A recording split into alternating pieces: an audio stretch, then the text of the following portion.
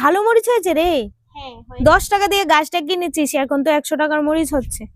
হ্যাঁ আর বাপরে, দুইজনে মিলে মরিচ পাড়াতে কি ব্যস্ত। তুমিও পারো? আমি পারবো তো, দুটো গাছে সুন্দর সুন্দর মরিচ ধরেছে। এদিকে তাকা, দুটো না তাকা না, দেখ না।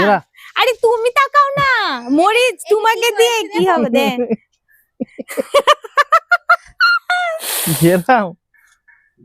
কি করেছো তুমি? মরিচ ভাত থেকে একদম মরিচের ঠালি ভেঙে দিয়েছো।